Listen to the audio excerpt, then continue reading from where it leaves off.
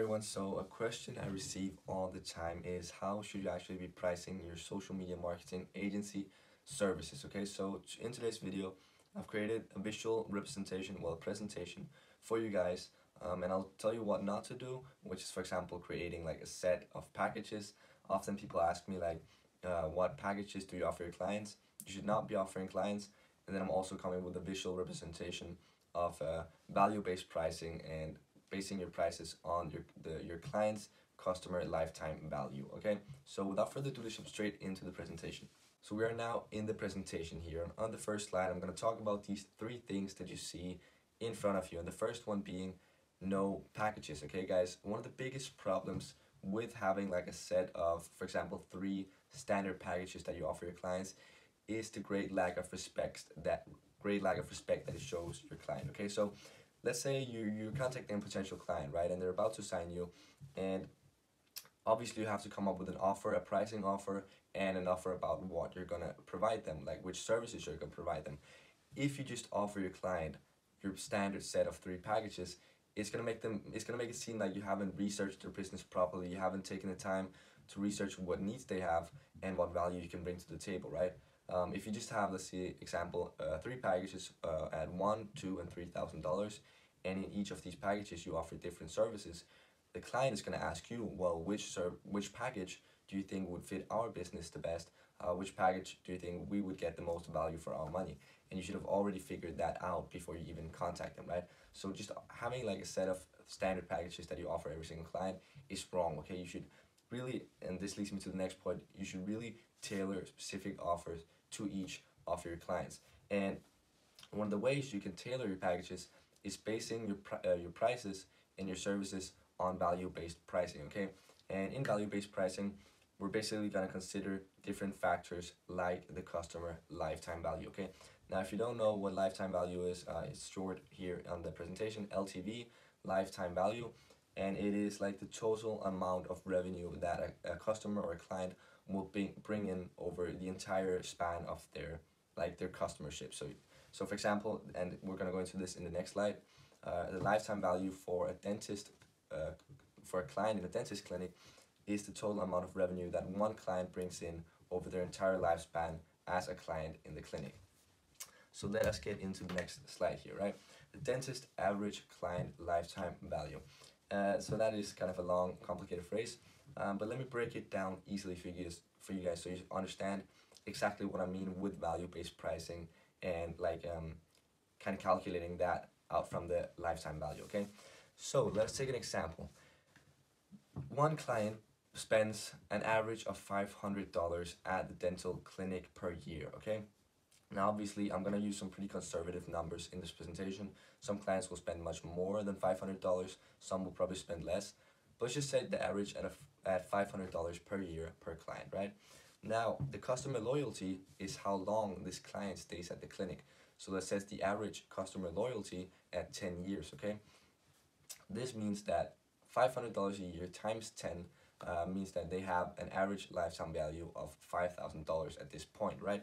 So here again, in the third point, you can see here down in the left corner, 500 times 10, $5,000. But usually, if you have a good clinic and you provide good customer service, these clients are going to bring in referrals. Okay, now I read quite a few business forums and articles about this lifetime value, especially for dental clinics.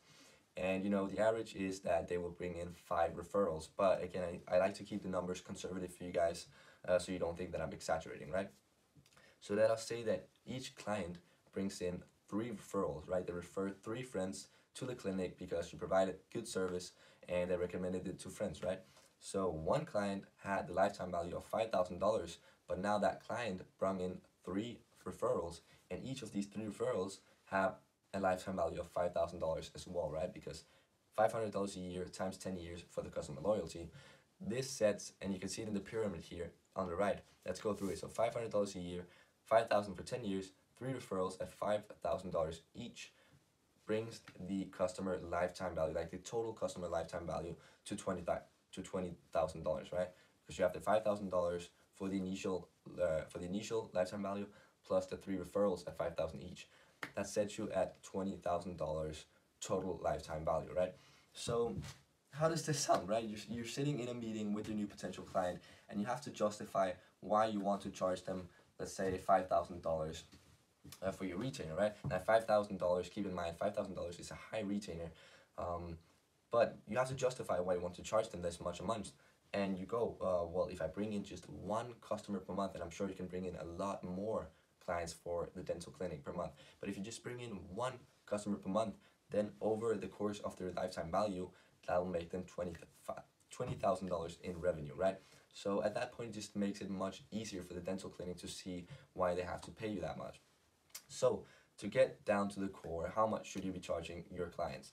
Um, to give you like an estimate, again, you have to calculate it yourself depending on the value-based pricing that is presented for you. But I would never recommend charging a client below $1,000, right?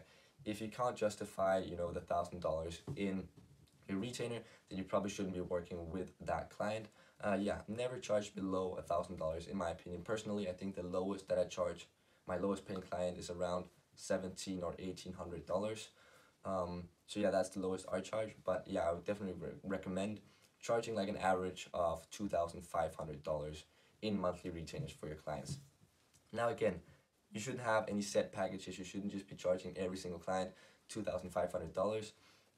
You should really calculate the lifetime value of your client's customers and how much value you can bring them, right? So if you can bring, like if you calculate that you can bring in $200,000 in revenue per month for your client, then obviously you can easily charge them a $10,000 retainer, right? Because they wouldn't break a sweat if you bring them in $200,000 in revenue every single month. Why would they not be paying you $10,000?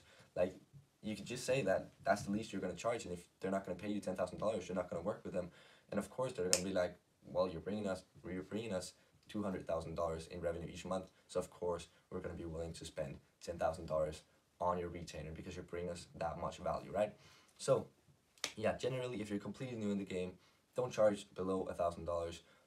Aim for an average of like $2,500, but you can easily go $5, $6, $7, even $10,000 a month in your retainer, right? So yeah, I hope you kind of understand the concept of lifetime value and basing your prices on this value-based pricing formula that I presented to you.